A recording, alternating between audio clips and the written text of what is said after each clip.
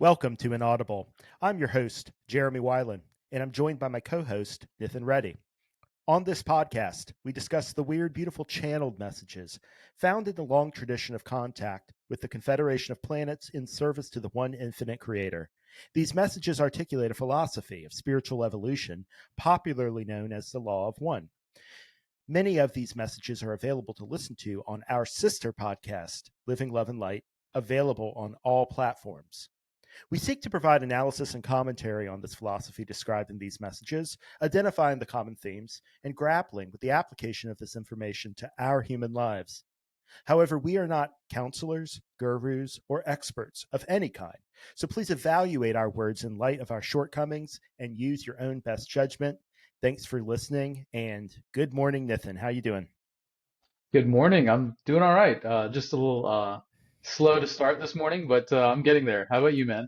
I'm doing great. I've been up for 6 hours now, so I have a slight advantage on you. In addition to, I think your coffee maker just broke. It did, it did. Yeah. So So if Nithin isn't on the ball, that's why. I apologize on behalf of Inaudible Podcast for my colleague. Anyway, thank you. I appreciate you were supposed to be more that. embarrassed by that. Oh man. Um, yeah, I've just been having a pretty relaxed day, so I'm going to continue it on this podcast. Um, and the topic for this episode is the Sinkhole of Indifference. It was a suggestion from a listener. I super appreciate you making that suggestion. Uh, I don't have your name right off at the tip of my that. I don't have your name at hand. I'm sorry. But we are going to do our best to talk about this. And it's actually a very rich topic because it really is a part of polarity that doesn't get discussed very much on this podcast. We tend to focus on those who have made the choice in some sort of way in which their life is starting to affirm and test that choice. And that's what catalyst is. And what we don't talk a lot about are the people who haven't made this choice, who are kind of just going through life. And we're going to talk about what we think that sinkhole is, the implications of it are, and maybe talk about how that manifests in the different rays of the energy body. Uh, how that manifests in culture, the karmic implications of all of that. Um, yeah. Anything you want to say as exposition, Nithin? No, I think that's a great introduction. I think it helps us transition right into what is the sinkhole of indifference, and yeah, what are your thoughts on that? Well, I will say that the way that a lot of people use it, it tends to just be a general way of talking about those who have not polarized or who have not made a choice, like I said earlier, where catalyst is actually working with them to push them in one direction or another. Um, but I think that it actually refers to a very specific problem. Maybe problem's a strong word, but it seems to be a kind of feedback loop that keeps people unpolarized. I think it's something in third density where, especially the more comfortable you are in your sleeping, and that's how those of Ra talk about the unpolarized, they're asleep. And there's some part where they say, to those who are sleeping, we can only give them the comforts of sleep. We can't really wake them up. It has to come from within them. And this is really what the sinkhole is all about. It's some sort of inability for the individual to find within them that motive force that would push them to develop their mind body spirit complex uh, towards one of the poles, either service to others, the positive radiative pole, or service to self, the negative absorbing pole. Um, and I think what's going on there, there's a rock quote that makes this clear. It's session 20, question 17. So Don is asking about, the influx of entities from Mars and like how this has affected the ability of people on this planet to polarize and why it takes us so long and we have so many problems on Earth compared to other planets. And Rob responds by talking about the lifespan. They say the lifespan has been shortening on this planet since the advent of third density, the advent of the major cycle of third density. According to those of Ra, we used to have really long lifespans.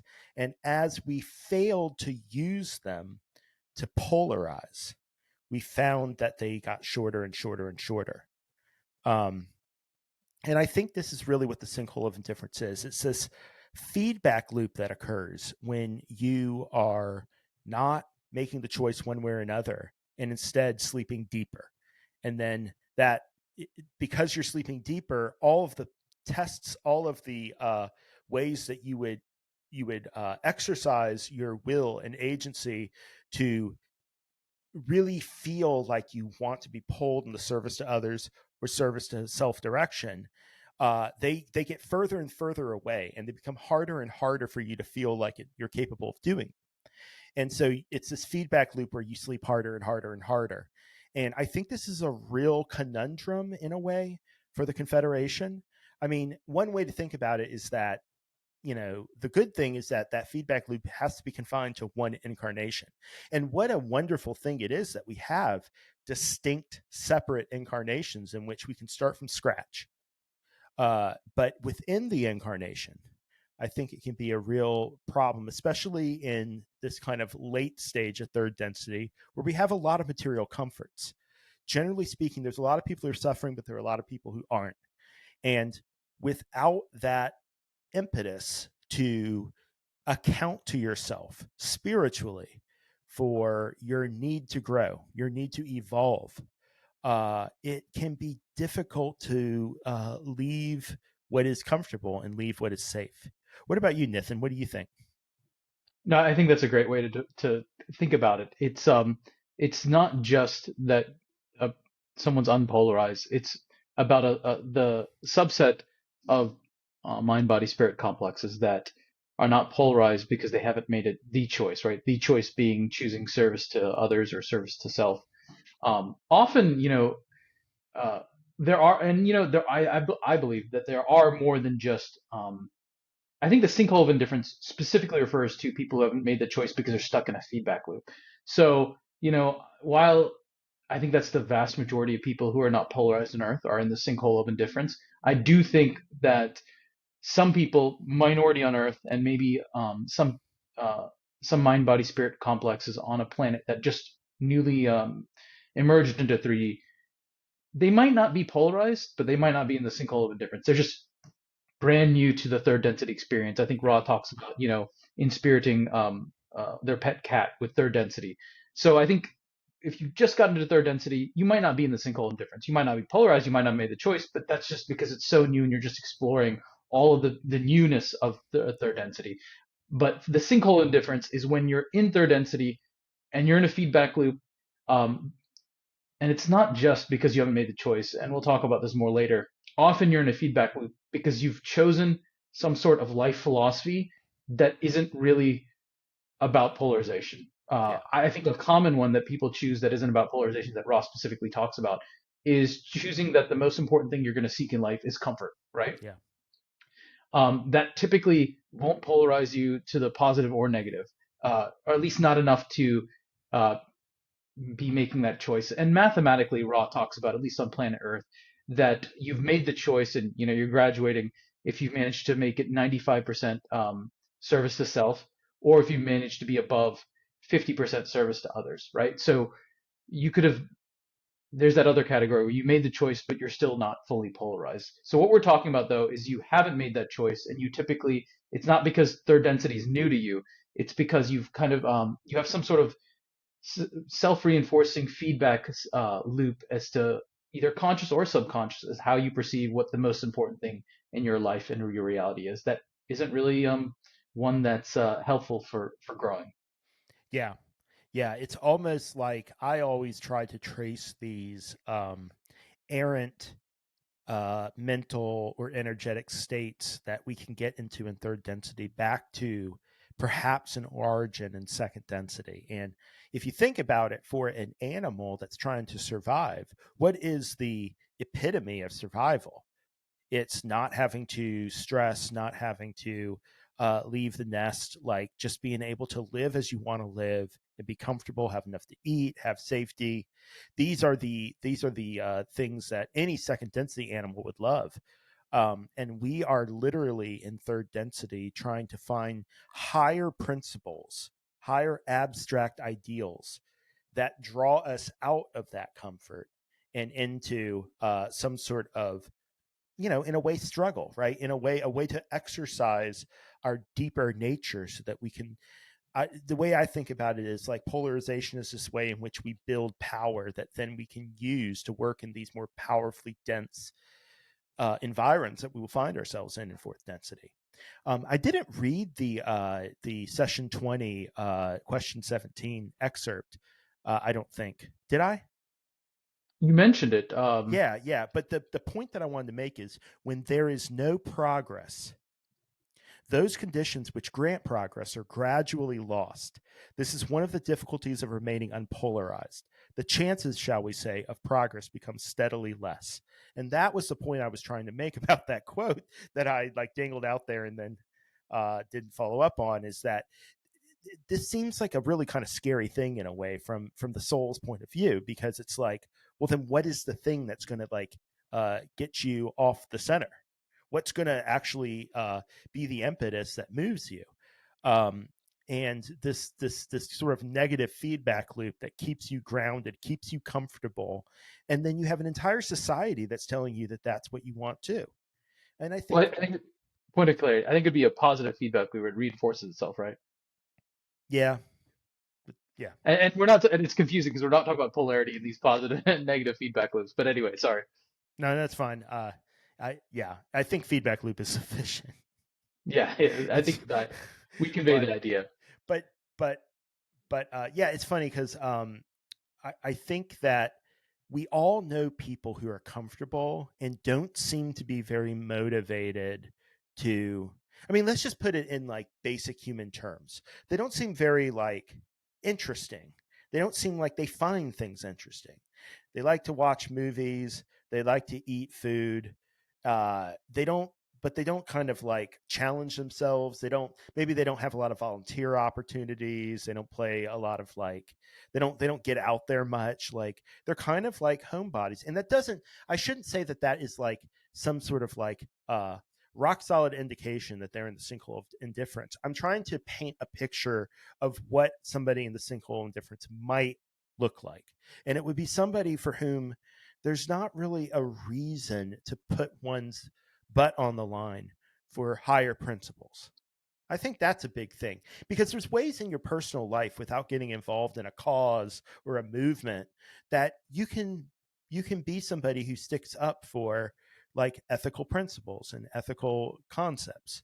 Um, those are the kinds of people that I think tend to be more, broadly attractive, in the sense, not physically, but in the idea that like you can tell that like whether this you agree or disagree with this person, they're pushing towards something that they care about, and it's that care, it's that passion that I find to be really exciting, and that draws me into people who I, you know, in my personal opinion, who I think are good friends, right? Who they're interesting, they have their own lives. And so when we come together, like we're, the relationship is kind of a super person rather than me filling in all the like things that they don't have and they filling in the things I don't have, and it being some sort of like complete person made out of the relationship. We're both complete people, at least to some sort of minimum extent. And when we come together, it's like a celebration of that, right? Yeah, I would say I think at least it's for me, it's a bit harder to spot people who are maybe in the sinkhole. And the reason I say that is that I think um, a lot of people, even especially wanderers, right? We come into this reality and we really want to. I think in a lot of ways we're very naive, maybe because we forget stuff, right? And in our childhood, we often really try to adopt what we're taught Yeah. with our family, with our culture, and then often it's even into an early adulthood. that we try really to test these theories, these life philosophies that we've been taught by society, by our family, by our parents, as to this, how one is a good citizen, how one brings themselves happiness, is to, just make a lot of, for example, right, common in I guess a lot of families, make a lot of money, and you might see someone in their 20s trying to test that philosophy out, and it might not be until later in their life, 30s or something, when they realize, oh, this is all bullshit.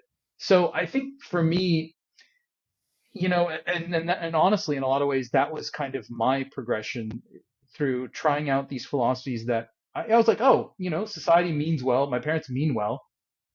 Maybe they do have it figured out that, like, the best thing to life is just living a life of comfort, right? And in my 20s, I kind of tried it out, but I did it from a perspective of always questioning, right, and always challenging, and that's how I with that growth mindset of trying to really truly figure out if this is something that I value and that feels right for me. But if you met me, in my mid 20s, you'd probably be like, yeah, I'm in the sinkhole, because I was very much trying out a philosophy on an experimental level Yeah. of, just living a life of comfort. But I think at some point, though, if you've seen someone who's tried it out and hasn't, is either okay with it or hasn't grown or isn't interested in growth, which is hard, right? Because often the people we know, we only know them for maybe where they are in their current life and not necessarily their life history, 5, 10 years. It's hard to say if they're just kind of exploring life Yeah. and in the process of deprogramming, or if they've really just like, I'm in the sinkhole and I'm cool with it, right? It's also an issue of, we only see people at a moment in their lives often. There's a Right. whole lifetime of progress that can be had. And that's why, like, I want to be very careful about how I sort of like superficially characterize those who are in the sinkhole of indifference. It's kind of like a vibe that I'm going for. It's not actually those qualities because it's not observable from without. And this is something I've told people about polarization over and over again, is stop reducing it to these like easy observable check the box kind of qualities that allow you to put somebody in the service to others bucket or the service to self bucket. At the end of the day, you're going to have a very hard time really knowing, and I'm not even sure it's very valuable to judge people that way at all. Like, the point is what do you believe? How are you taking this encounter of creator to creator, and how are you polarizing because of it? What is it that this person is showing you about yourself as a reflection of yourself that gets you there? um that said, with all of that said, I do think that for those who are in the sinkhole, they might just have like a longer catalytic cycle that they're dealing with. But I often think that there's so many different cycles that we're involved in because we are energetic vibratory beings, right? There is a rhythm, there's rhythm or a periodicity to our lives, and there's like different cycles that are completing. The adepts cycle that those of Ra talk about is a great example of this, where there's like long time scale cycles and short ones. And so I wonder if the feedback loop that is involved in the sinkhole is just an exceptionally long feedback cycle, or exceptionally long cycle, one of these cycles. And it just looks permanent to us. It looks inescapable to us, but it's because we see so little. We don't see very far. Yeah, I think it's hard to say. And I think life on Earth is kind of hard, especially if you're in, uh, I think the U.S. There's so many overlaying like energies that it's hard to really figure out what feels right for oneself. And this is I say this as a person who, maybe as a person who has more spiritual growth under their belt. It's still hard for me to figure stuff out. So it's like, Mhm. if you've never even made the choice before, and you're in the process of trying to figure this all out, it's really hard out there. And not only is it hard out there for a mind body spirit complex just to live, polarization is hard.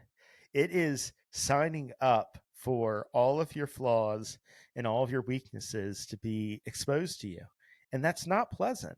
So it's there. I don't think either of us have any doubt as to why somebody would avoid catalysts and avoid growth. Like, it's the most, it's in some ways, it makes the most sense of anything in the world. And we're the crazy ones in a lot of ways from the point of view of the world for wanting to put ourselves out there. Um, One thing I do think that the sinkhole does that is catalytic and worth looking at is there might be an aspect of boredom that's involved as people stay in their comfortable, sheltered lives, as they seek not to challenge themselves. How long can they maintain that before they just simply get bored with it?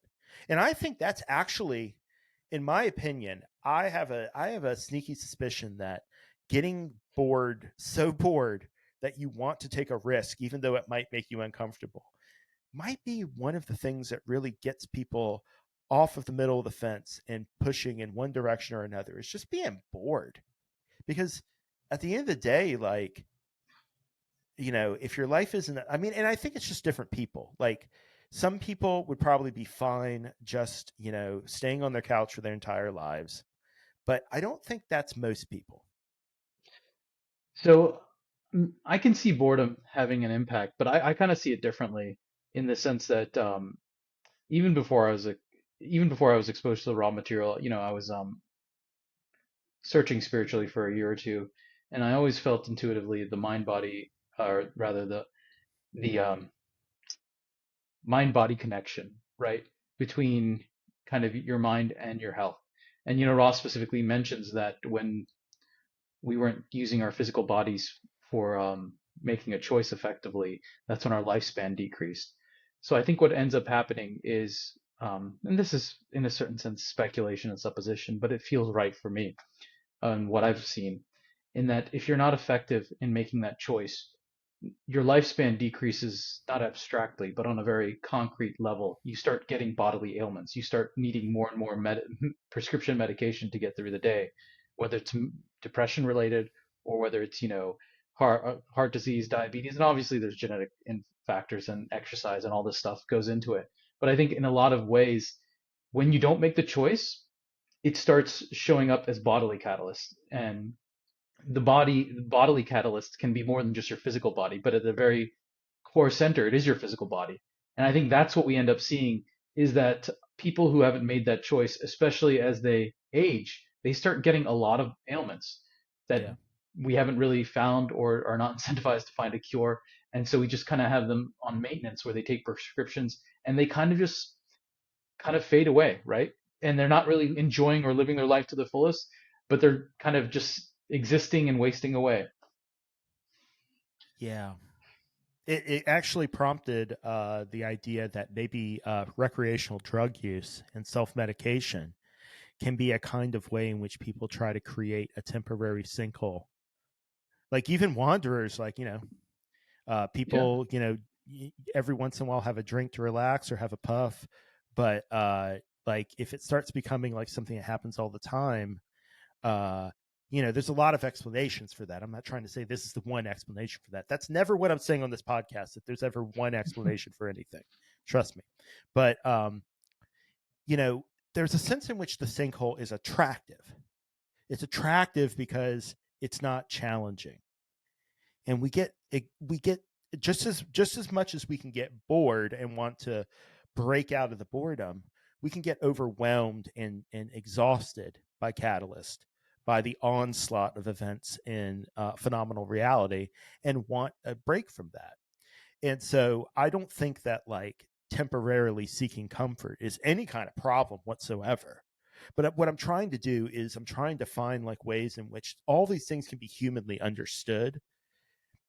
And I think the reason that I'm trying to do that is because it seems really unfair and alarming that there is this possibility within the creator's discovery of itself that people could be so arrested.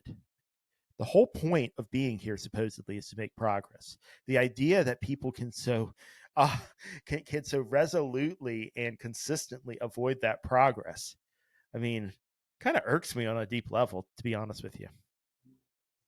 Yeah.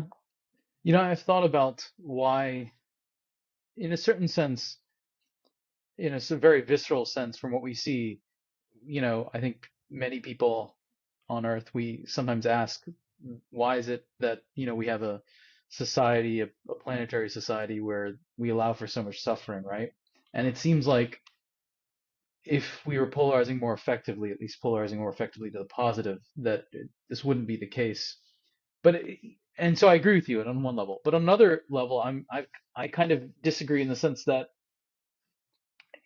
to me it strikes me as curious as to why so many members of the Confederation, and this is in the channel material, as well as uh, you know people on Earth are worried about Earth in the sense that, by all accounts, you know, a major cycle, 75,000 years, is just like a drop in the ocean. If you look at the supposed Yeah. lifespans of fourth density, I think they say fourth density beings, right?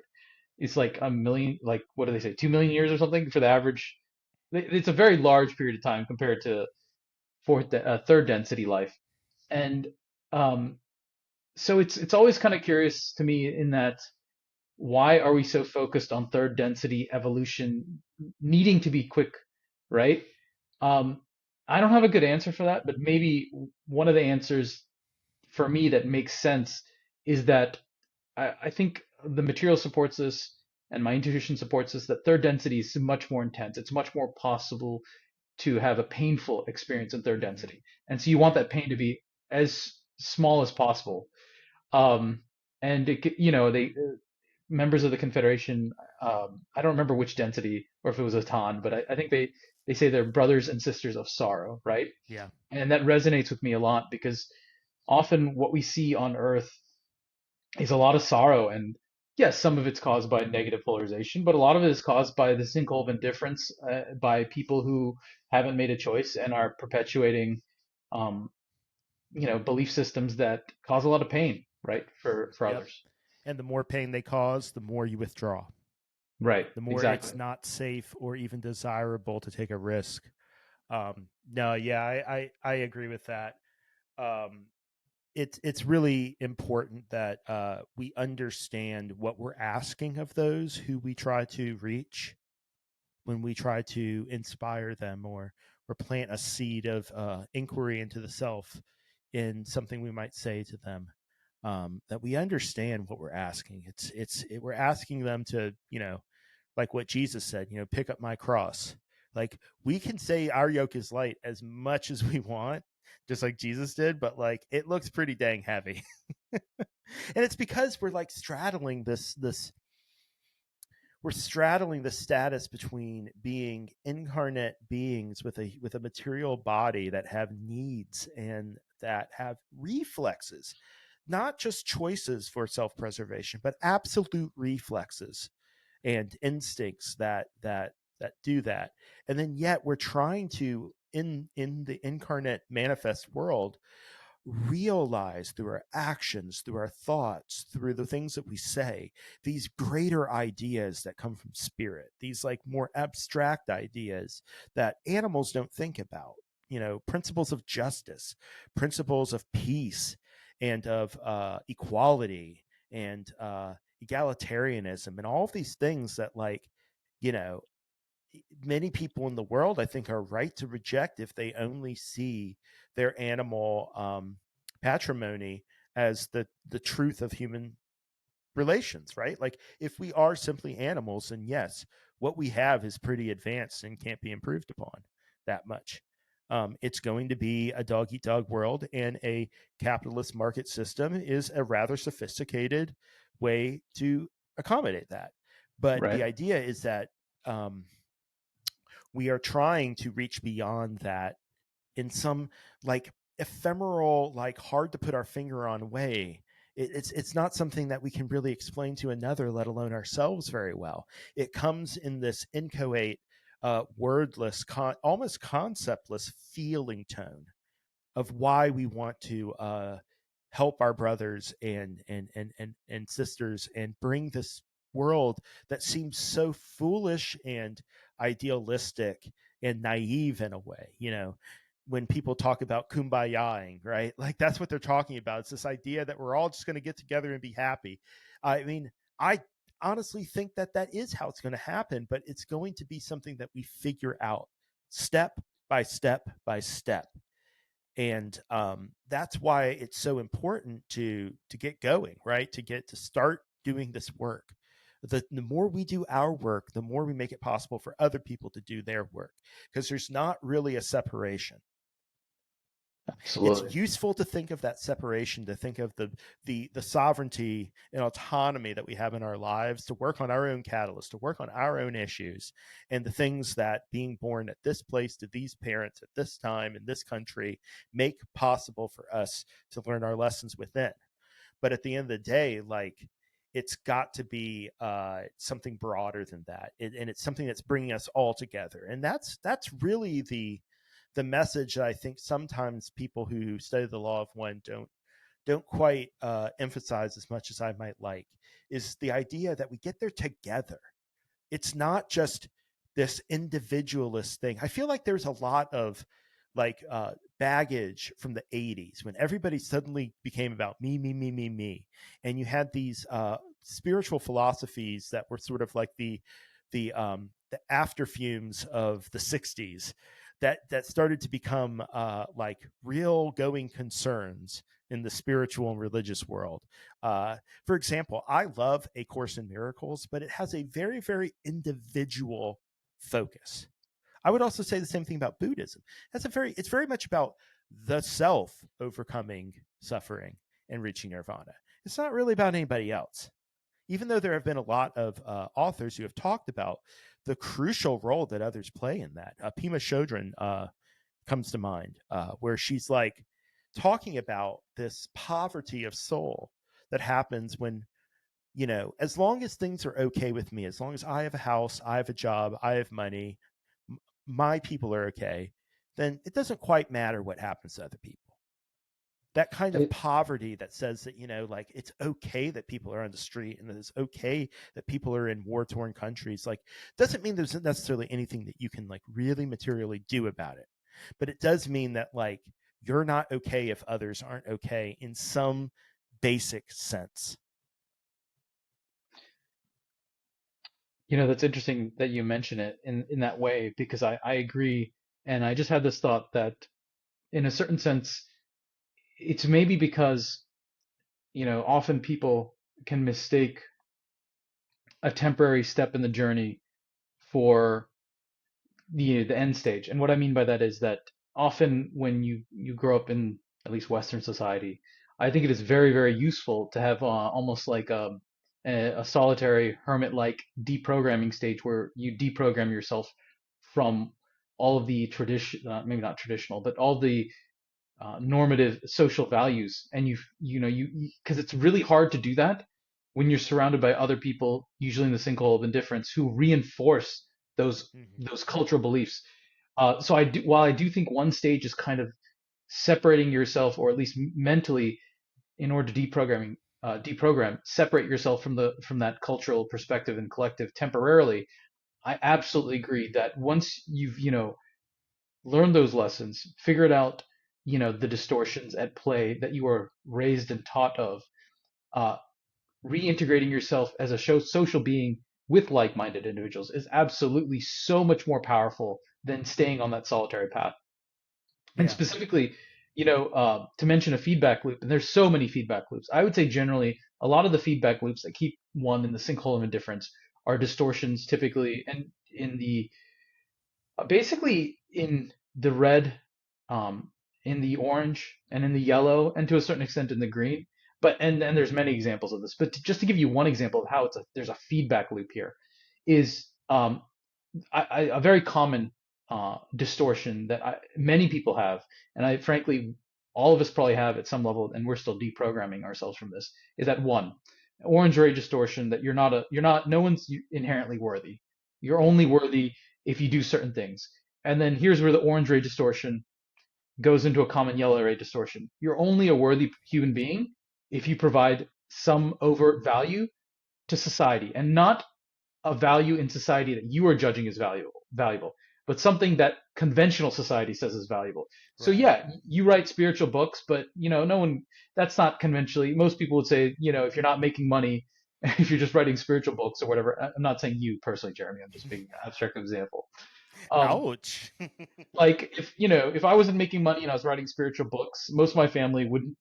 Most of them, some of them are spiritual, wouldn't really respect that, right? Yeah. They, frankly, I maybe I'm very cynical, but I think if I was telling people I was dating that I'm a starving writer, right?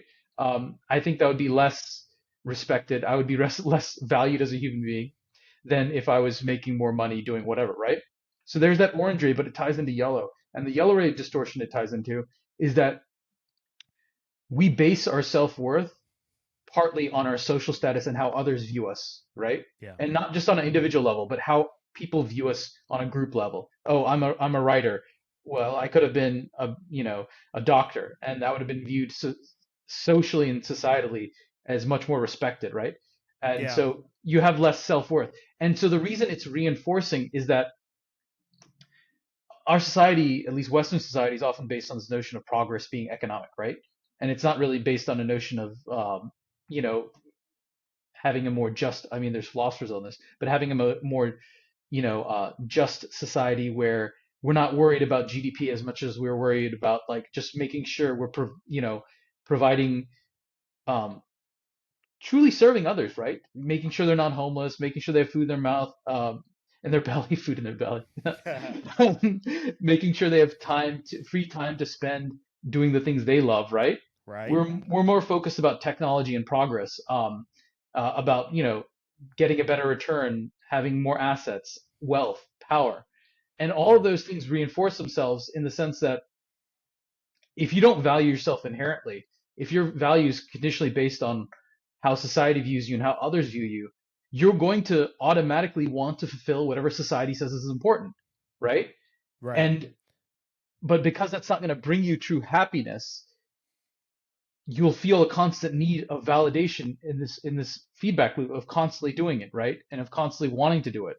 Because you truly what you truly I would say what people truly want, even when they're seeking comfort, is they truly want to feel that infinite unconditional love of the one infinite creator. But they don't understand that they're only getting small bits and pieces of it through that conditional validation cycle that we're taught and raised as to how to be a good citizen, how to be a good person in life. So in that sense, it is absolutely a feedback loop, and Yeah. it's hard. It's hard to break out of. I think one of the things that they get, I don't know, wrong, but what's confusing is that peace and comfort that you're looking for gets it gets related to a kind of like closed offedness and protection and cocooning almost that you see people doing, where they try to draw a line. This is mine. This is yours. And as long as I can keep mine, I'm okay. And what that does is it means that they don't have any power, and so they don't have anything at risk. There's nothing at stake because they have no power. And when we are when we are working with our catalysts and polarizing, we are by definition becoming more powerful. And there's a power to peace. There's a power to the peace of the creator and the belongingness that we all natively want to feel, that it can feel dangerous, right? I've felt that way before as an anarchist. Sometimes I used to think that maybe power was the problem. The whole point of the anarchist project was to abolish power. But now I don't think that at all. I think the point is for everybody to realize their power and to see how all of the powers connect up. Um, there was a quote from January 1st, 2006, where after the main monologue, one of them asked a question about fourth density coming into existence. And I'm going to read the relevant parts that I think are coherent and explain, what what that talk to the subject we're talking about. So Kuo says, neither those who are graduating service to self nor those who are graduating service to others are caught in fear. The entities that are caught in fear are those who have not yet chosen how to polarize. They are simply, shall we say, resting in the cultural milieu. That's kind of what you were talking about, Nithin. To continue, if they have not made that first discovery of the true situation, then they perhaps have a very blunted ability to choose at all. Information such as this group offers and many, many other groups offer can awaken certain people who are ready to awaken to the situation. And when entities get the situation well in mind, they are riveted, they are activated, and they realize the gravity of this need to choose. If entities are not yet at that point where it is necessary for them to wake up, necessary for them to get a grasp of the situation, and necessary for them then to make the choice, they are simply not ready to leave third density. And therefore, they dwell in a sinkhole of indifference that is like a gravity well. They simply cannot get off the bottom of the swing of, say, the pendulum that they represent by not having chosen. Those who have not made the choice are those, say, that would be hanging straight down in the gravity well. Just as when one swings on a swing, one has to rock back and forth to get a good start. Then, once one is swinging, one is able to swing very high. One has developed power. A person that is simply hanging at the bottom of this gravity well of indifference has no power.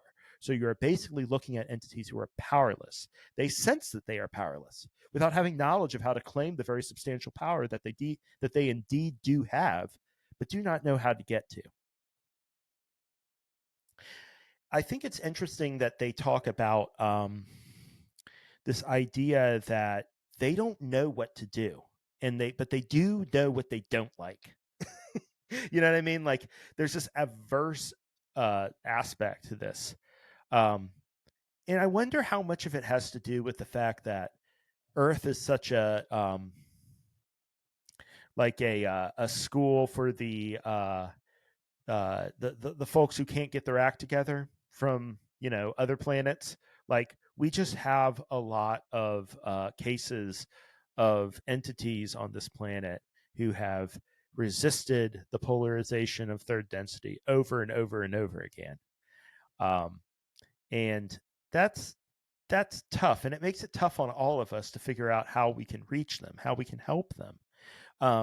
We can offer them power, but that it has to be something that they actually want, and it has to be something that they want to use, not to make themselves further comforted and further in the sinkhole, but something where it gets them out of that sinkhole, and it gets them out of that sinkhole for their in ways that are congruent with their own heart and their own desire.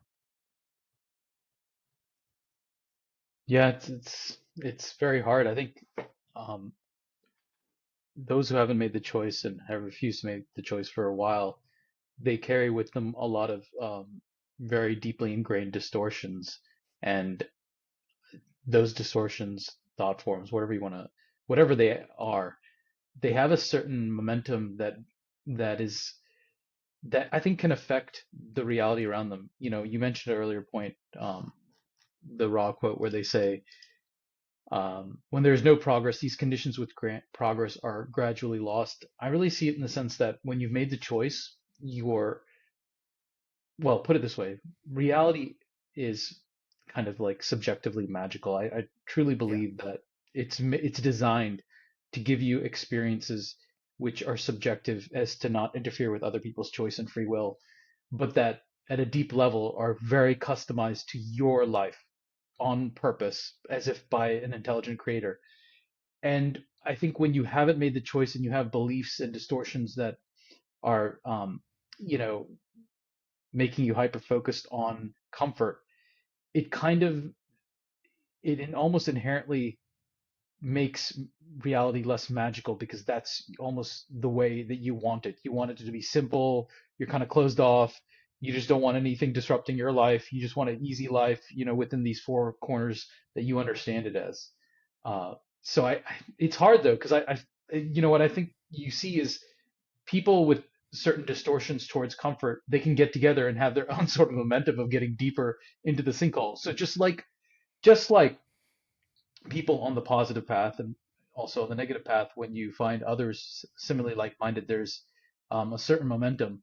Staying in society and being closer to people who have the same kind of sinkhole distortions you have builds its own momentum, just in a different direction that doesn't help you necessarily learn what this reality is about. So it's a difficult thing, I think. It is, and there was one thing. There was one imagery, a piece of imagery in that last Kuo quote that really reminds me of the archetype of the transformation of mind tarot card. When they were talking about the pendulum and like, in order for you to get, some height, you have to start swinging back and forth. And it reminds me of the Ra quote that talks about the transformation of mind. This is in session 100, question 6. Uh, and they say, in this image of transformation of mind, then, each of the females points the way it would go, but is not able to move, nor are the two female entities striving to do so. They are at rest. The conscious entity holds both and will turn itself one way or the other, or potentially backwards and forwards, rocking first one way and then the other, and not achieving the transformation. In order for the transformation of mind to occur, one principle governing the use of deep mind must be abandoned. And I think this is very much an aspect of choosing one polarity or the other. But notice how, in order to build the ability to really make that choice with power and authority, there's this point, there's this stage where you're going back and forth. You want it both ways, right? You want to try a little bit of being kind to others and selfless, and then you want to retreat back into being super selfish. And then you try a little bit more, and then maybe you go a little further into service to self, and you keep going back and forth. But at some point, you have to break out of that. You have to swing up past a certain line, and that's where you have finally got the power to be able to like meet what fourth density must present to the individual, which is like a completely different terrain of spiritual subjectivity and project of entire planet merging with each other, all the other people on the planet and the planet itself, to harness all of that power to reach out to other planets. Like the immensity of this project is why it is so necessary to make sure that every individual that commits to it has gone through this process of truly choosing by trying both choices, but not in this very powerful way, right? In this very like, oh, I'm going to take a little bit, I'm going to dip my toe into service to others. I'm going to dip my toe into service to self. I can't make up my mind. And we all know people like that. We can feel that within ourselves, of that indecision. It's safer to just stay in the middle and not go too far in either way. And it makes all of what we're talking about when we're talking about polarization, it can seem so cosmic and all that, but it's actually it connects it to this very human experience we have of just being scared. I mean, that's what Kuo said, is that it's a lot due to fear. The people who are polarized in service to others or service to self have largely found a way to at least accommodate and not let their fear hold them back. But those who let their fear hold them back, I mean, that's that protective second density. I'm going to make a place that I'm comfortable so that I don't have to risk anything.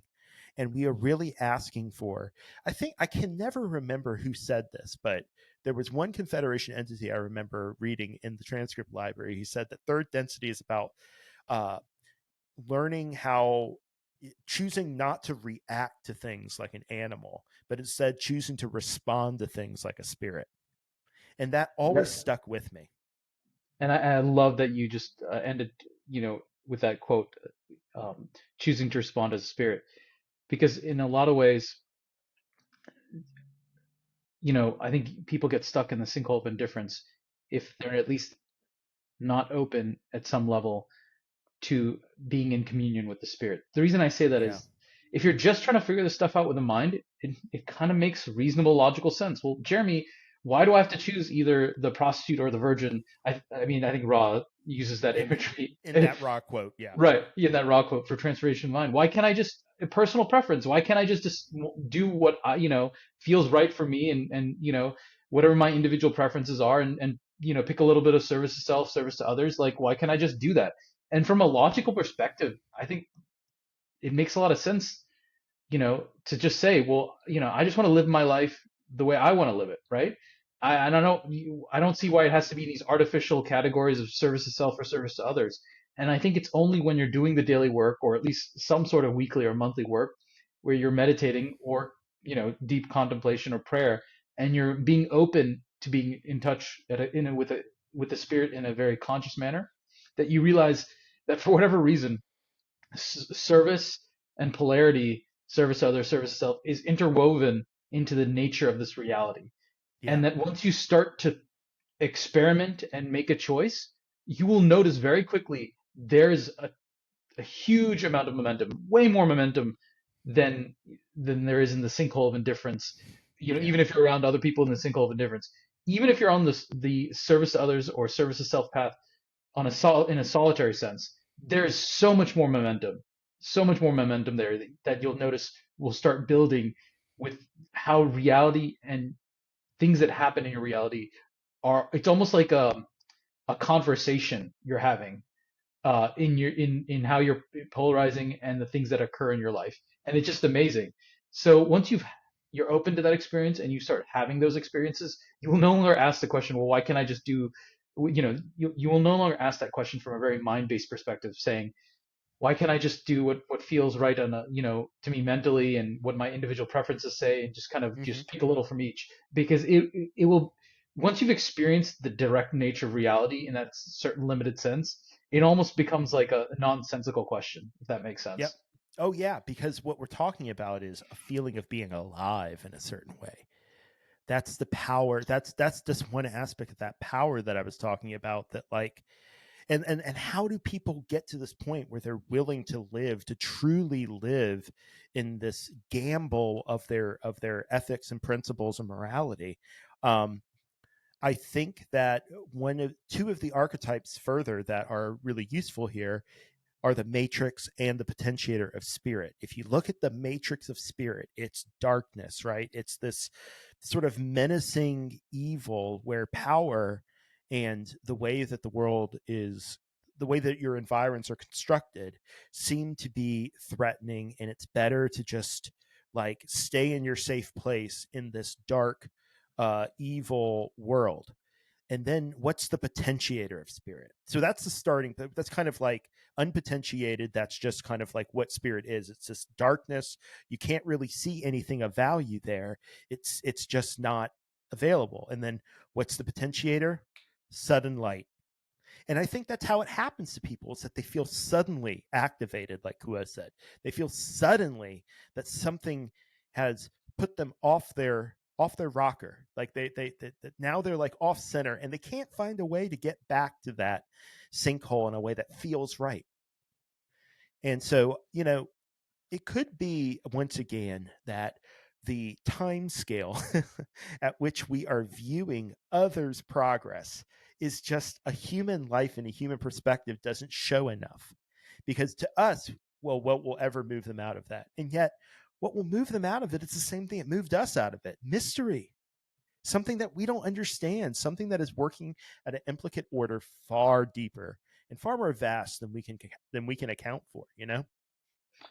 Absolutely. And, in other discussions I've had with people about the nature of catalyst, and not necessarily people who are spiritual, right? Or at least not necessarily people who are familiar with the law of one.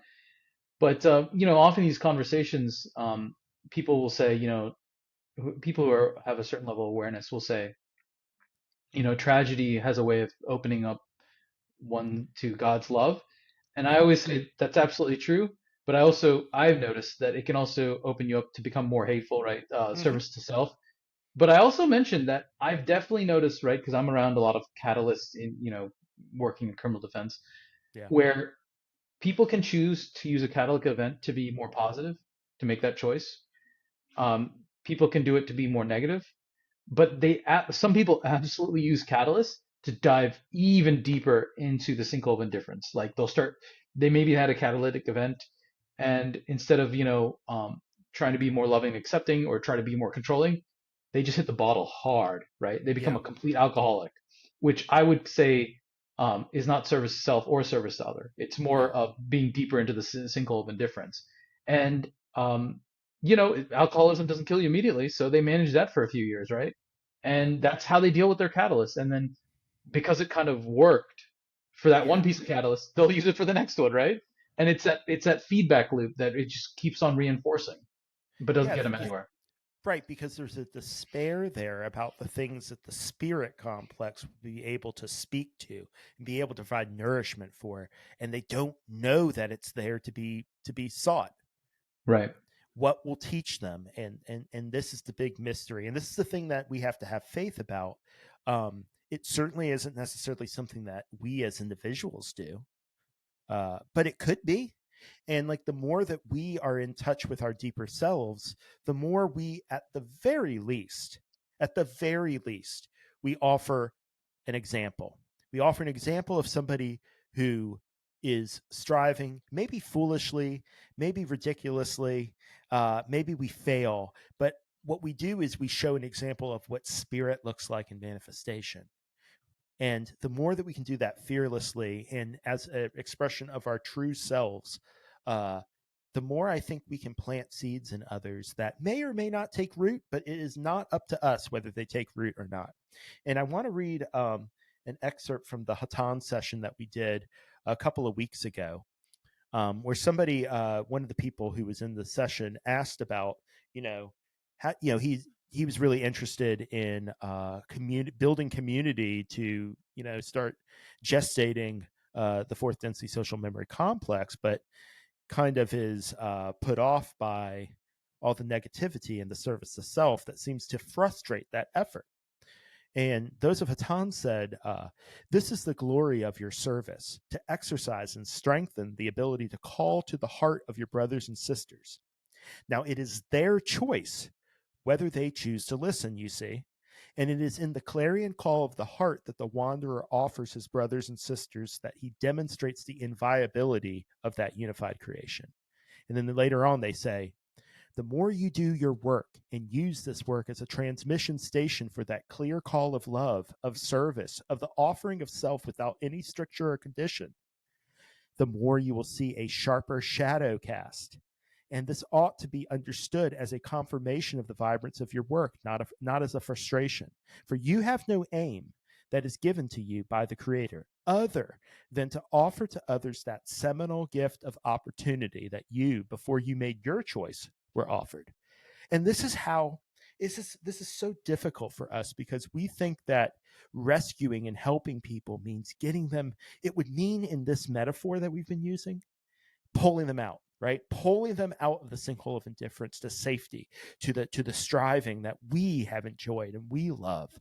But all we can do is give them an opportunity. And in order for it to be a true act of service, freely offered without us imposing it upon them, they have to be able to say no. They have to be able to put up their hands and say, no thanks.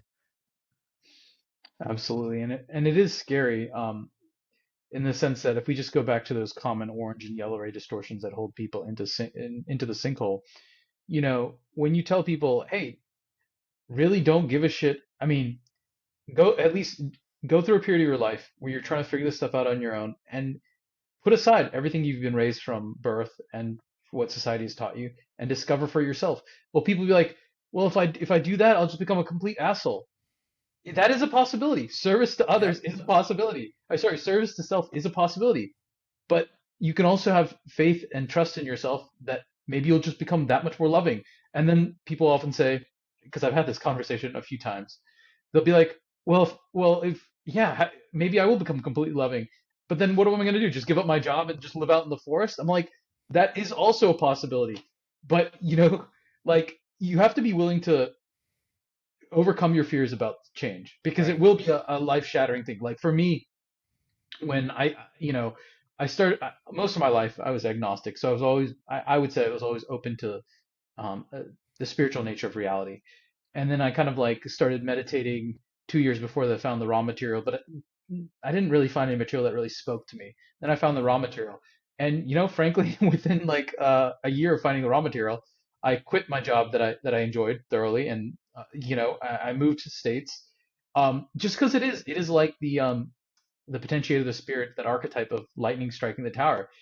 When you realize kind of the way you've been living your life prior isn't how you want to live your life going forward, and you experience a true nature of reality in a given incarnation, it is an upheaval, and that can be scary, right? To feel like, oh my God, it would this could create so much change, right?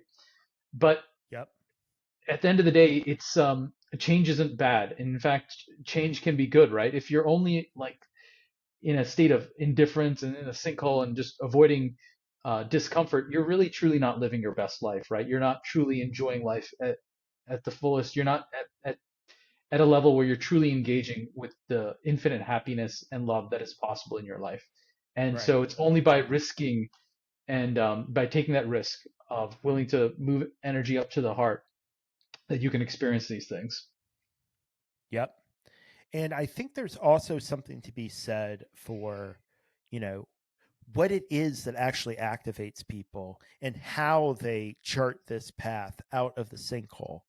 Um, because it's impossible for us to know what that would be. It's only the reason why it's important for us to offer opportunities without condition and without like judging them based on whether or not somebody else makes a certain choice is because what causes us to polarize service to others or service to self, those of Rase, has something to do with deep biases that are built in us that either are like at the root of our being an individual at all, or that are the consequence of lots of past decisions that we've made that have created a bias to tend in this way rather than the other, a bias in how the energy flows more easily this way than that way.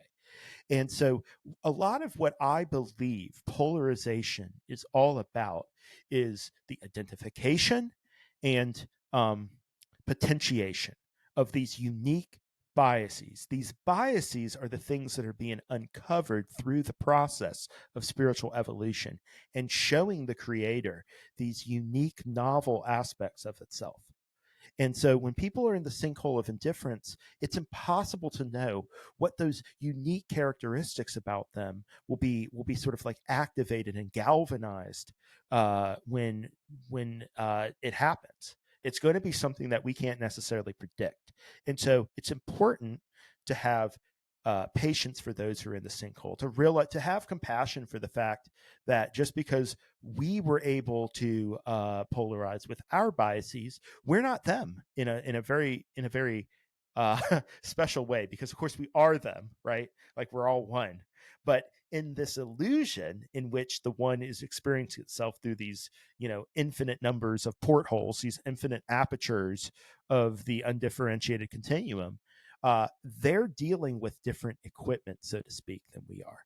Different biases, perhaps a different karmic situation, perhaps just a different like orientation to their consciousness and to their spiritual subjectivity. Uh, so when we are offering service to those who have yet to polarize, it is very, very important that we not judge our service based on how they choose. That was something that Hatan made very clear in that last session. That like it, what we are doing is we are offering opportunity, because I think this is something that Kuo said at some point. It is the perpetual offering of opportunity by which evolution happens through conscious agents, right? Like, we said, I think last time, with a long enough time scale, you can get 100 monkeys to write Shakespeare, right? With a long enough time scale of opportunities offered, offered, and offered, eventually there is nowhere else for the creation to resolve itself but in people climbing out of the sinkhole. It's just that our time scale is a human life of around 80 years. And that's a very, very cosmically short time scale to be looking at all of this stuff. So it's another reason to second guess one's proclivity to judge people, to judge things, and try to think that you have your hands around this cosmic spiritual evolutionary situation. We have ideas, we have feelings, we have information from higher densities, but that's very precious little to go on. And it's even less convincing to those who are in the sinkhole, right? So just keeping things in perspective. Once again, if there's one thing that the Confederate, well, if there's two things they say, it's meditation and perspective, and one feeds the other, right? Like this idea of being able to have the proper balance perspective so that you don't feel like you're at you're about to go off the rails or something, or you have to have everything under some sort of like control where you're in charge and you can determine what happens and doesn't happen. Like this ability to have the proportionate perspective helps you learn how to work in concert with creation and with your brothers and sisters, rather than you having to like know the plan. And then you can do this dance of consciousness that those of Ross start their contact with Don and Carla and Jim talking about. Yeah, if you're operating from a desire to know the plan, and that's like a big factor for you, that means you're still kind of like not you're probably a little bit too slanted towards the mind, right? You need a if you can be more in touch with the spirit, that'll help remove some of that urge to be like, I need to know the plan. And frankly, I still feel that, Yeah. right? Well, um, what is all of our talk about these constructs and these theories and these ideas, but in some way, a desire to know how it all works and right, thereby to be able to have some mastery that can give us comfort and defense and safety. So we all deal with fear. It's an issue of do we let the fear stop us from taking that gamble of service one way or the other or not? right. You know, and another common way I think people get stuck in the sinkhole of indifference isn't just purely from like trying to tread water with cultural beliefs and trying to live a life of comfort, but maybe people who really buy into the sense of Western success is, basically acquiring a lot of power and wealth. That actually can polarize you service to self, but usually, I think, at least for most people, at least the way that, gaining power and wealth and being successful and becoming, going from a pauper to riches to multimillionaire, in my opinion, it's at least what's publicly discussed is not enough to take you service to self. Although it might polarize you a little bit towards negative, I'm not sure that just trying to be a multimillionaire by the conventional means is gonna really take you out of the sinkhole. And I think this is a situation where you're maybe not focused on, maybe you could say you're focused on comfort, but you're kind of more focused on, I would say, a culturally accepted form of ambition. And ambition is certainly, in a certain sense, when you're focused on external things like wealth and assets, it's more negative leaning for sure. But it's a culturally accepted version, so it's not like I don't think it gets you enough to polarize negatively, just based on what is discussed in at least the public space. So it's kind of like you're not purely focused on comfort; you're more focused on ambition. You want to be, worth 500 million, you know, by the time you're 40. And I think regardless of how successful you are, when you're on that path, I mean, going from, not being a millionaire as an adult when you're 18 to being, halfway to a billionaire by the time you're 40, that takes a lot of time and effort and mental space, and you don't have time for much else if you're, you've truly bought into that and you're trying to do that. And I think if you get caught up on this external focus where you're really just trying to achieve some goal um, through just, force of will, it does lean a little bit negative, but I don't think it gets you out of the sinkhole of indifference ultimately. No. I mean, remember the negative path out of that sinkhole. That's a steep hill, man. It is. So It's so much easier to just to radiate and to give up the fear and find comrades that you who can sort of like help you and you can help them and you get comfort and from that, even though it can be fleeting, and you start to learn that you abide in spirit and that this life is a means to that, not the other way around. absolutely. I think another thing that keeps people in the sinkhole is maybe a very red ray belief, and it's reinforcing. So I know people who have to work two jobs just to make ends meet, Mm-hmm. and I don't claim to understand the spiritual dynamics behind it, because when you look at their life from a moment in time when they've been doing this for 5, 10 years, it looks like they don't have a choice. I mean, there's when I say choice, I'm talking about what they're doing to make ends meet in their everyday life. I'm not talking about spiritual choice here. Yeah. But clearly their life has taught them that life is hard and you need to bust your ass just to have a roof over your head. Um, and they're working 12, 16 hours a day for with two jobs. And it's, Ra talks about it that it's hard to polarize or work on spiritual matters if you're working from, I think they say, dawn to dusk. And I'm like, man, that's actually nowadays that wouldn't even be considered that much work, right? Because that's dawn to dusk is probably only 8 to 12 hours a day, which is, I mean, not a small amount, but I mean, a lot of professional jobs average that, right? So it's like the entire way our society is set up and how we internalize those values, that you need to work that much because that's just what you need in order to, have enough assets to have the basics. The basics being food, shelter, and healthcare. Frankly, right? Yeah. Money for emergencies. It's hard.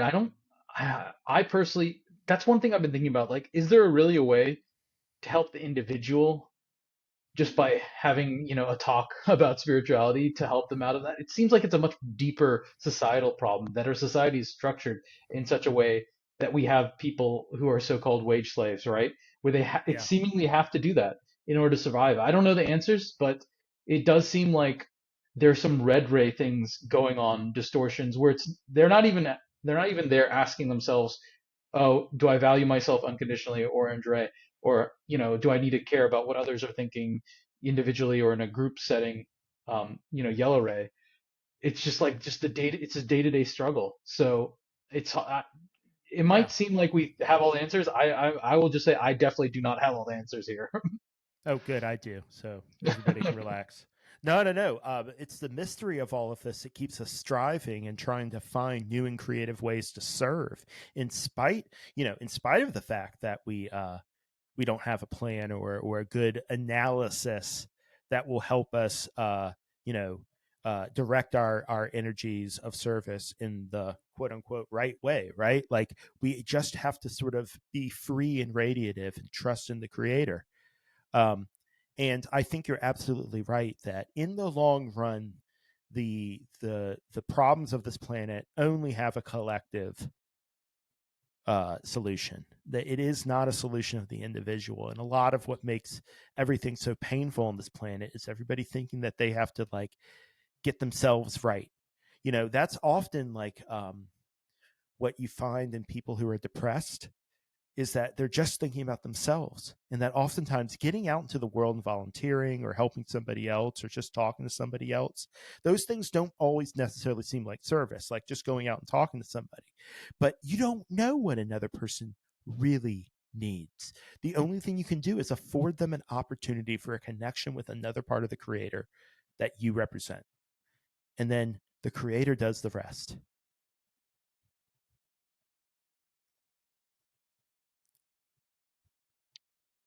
Yeah, and it's and you got lots of lives to figure this out in, so it's not all like this one life. Like we're just trying to do the best we can in the conditions in which we find ourselves. Remember the us that is in waking consciousness didn't pick this life, even though the greater us did. yeah. So like it's not everybody has everybody is fully entitled to feel screwed by the lottery of life if they want to. Like there's every reason to think that way. Again, it's like if you're just approaching things from a mental analysis, there's every reason to think that this is a crappy deal that we're given. And what would it take to pull you out of that self-pity and get you to say, in spite of that, I'm going to strive to realize higher ideals, in spite of the fact that it seems like it won't go anywhere and I'm just one drop in a bucket. Um, but that spirit is, I think, in that is the power of the creator. And that's what we're learning to harness. And that's what's going, that power in an individual across 8 billion other individuals. Now, that's a lot of power if everybody can see that and harness it, network it, coordinate it, pointing in one direction. That can cut through anything. I couldn't have said it better, Jeremy. What you described, feeling like you got the short end of the stick, that you got a raw deal. I mean, that's how I felt like 15, 20 years ago. And it hasn't been easy. But honestly, the last 2 years of my life have been the best years of my life. And there's just so much power and magic behind the path that it's just beautiful. And you don't have to do this alone, right? I Nope. mean, frankly, you're never alone. There's always the creator, but even then, there's each other, ones of us out here, and we're just trying to figure this out. And one thing I do think that might be taking place is since according to Ra, this is the end of a major cycle, and this time period is very important. Um, Mm, I've wondered whether some souls incarnating here are kind of rolling the dice because, in the sense that they're a little further away from the finish line, but they're like, oh, I'll just take on a whole bunch of catalysts this life, and with the risk that either I'll go deeper into depression, or maybe I will polarize through all this catalyst and make it to the finish line. So you just got to be very understanding that people, they have a lot going on, and you don't always get to see what they're going through. I think Ross says you can look into their eyes, but you really don't know what cards they've been dealt or what cards they're Nope. holding. You just try to do the best they can. I mean, the way that so I've been reading Tilting at Windmills again, which is the story of, it's like an interview with Carla and Jim that Gary Bean conducted really close to when Carla died. So it was like basically the last thing before she died. Um, and Carla describes that of when she had kidney failure as a child and died for a couple of seconds. And she said that she was in this beautiful place, of course, and she saw this temple over the hill and knew that all of her friends were there. And she started walking that way, and she heard a voice that's saying, if you leave now, uh, that's okay, because you basically took two lifetimes of Catalyst on in one lifetime. And we were always a little bit weirded out about that. So if you want to do over, like, we get it, you can come back in two incarnations and deal with your program of learning. And I guess she felt like she had sort of she didn't want to go through a childhood again if she could help it. She's like, no, I'll just go back and finish it. I'm almost done with childhood anyway, because I think she was like 13 at the time, if I'm not mistaken. And so she just came back and had a very, very successful lifetime of service, one that I certainly aspire to emulate if I can. I did not know that. That's a beautiful story. I Thank really you. recommend, if folks have the time, reading Tilting at Windmills. It's a fantastic effort, and it really lays out um, the how this beautiful project at Ella Research came about. It's a great story, and the individuals are really like interesting individuals. Like, they all have their quirks, and just, and especially there's a lot of details about Don. Like Don never, like, always wanting to like scope out restaurants so he could figure out the exit path. Like all these little quirks that you wouldn't think a spiritual person would have. Uh, it just shows you that the project we're engaged in of spiritual evolution calls on all of the aspects of humanity, even those that seem to be uh, neutral or even negative characteristics can sometimes be the thing that gives us the grit to get through things. I mean, I don't think So, they could have gotten through the raw contact as far as they did without somebody with Don's determination and single-mindedness. You know what I mean? yeah, all three of them brought unique characteristics to the table that were essential for the contact. They sure did. Another thing that stuck out to me in the interview is how much of a rock Jim was. How, there was this idea in the last Hatan session about the creator being a kind of sink for all of those energies that in your service to another, you can't resolve within yourself, you can't balance. Like, the creator can sort of like take all of it and absorb it if you give it to the creator. And I got, and as I was rereading that, I that's kind of like how I feel like Jim's role was. I might be full of it, but like it seemed like he was able to just take all of it and balance it and always give something that was steady and loving out of that. And I really admire him for that. So who serves that purpose in your current circle? Nobody. We are just all out there going nuts. No, the current circle has, we're going to find out in about a month, Nithin. You, me, and Steve. And we Looking might have forward some to other it. friends along the way. I Should be look forward to it interesting. too. Yeah, it'll definitely be interesting one way or another, right? Oh, man. Okay. Well, you want to wrap it up here? Yeah, I mean, I do we feel have like any we've been take? circling the drain here. Yeah, do we have any takeaways for the listener about the sinkhole of indifference? Stay out, seek dry land. Yeah, and once you're out, um, it's very difficult to get back in. Once you made the choice, it's like you kind of wish sometimes you could go back. You can't go back. That's actually a really good point, is how much we can look back on that Garden of Eden of not having to care, right? Of not having to endure the heartbreak of caring. Um, but it's that heartbreak is what it feels like to be alive. It's to me, it's like if there's nothing at stake, if there's nothing you're striving for, you're basically dead. And that's what the sinkhole feels like to me. It's like a death. And so, what is transformation of spirit, right? In the tarot, in the archetypal mind, it is resurrection. It is rising from the dead as a new self.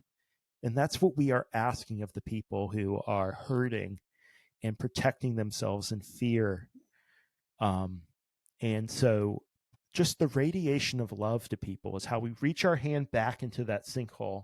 As when we've gotten ourselves out, we don't just go forward and graduate and move on without them. We reach back. Everybody reaches back. If you're on the service to others path, if you're on the service to self path, you move on. But if you're on the You're service like to others peace. path, yeah, no, like, and I think a lot of us who feel like we're service to others, there's a part of us that would like to peace out and just be like, well, we're gonna see you guys at the end, I guess, in eighth density. But no, I think one of the things that the Confederation has made very clear is that if you're on the service to others path, you're in this together, at least as until you get to fourth density. We're trying to get each other there. And so there's no strategy for that. There's no technique or approach other than the free radiation of love in the way that you will know how to do in the moment.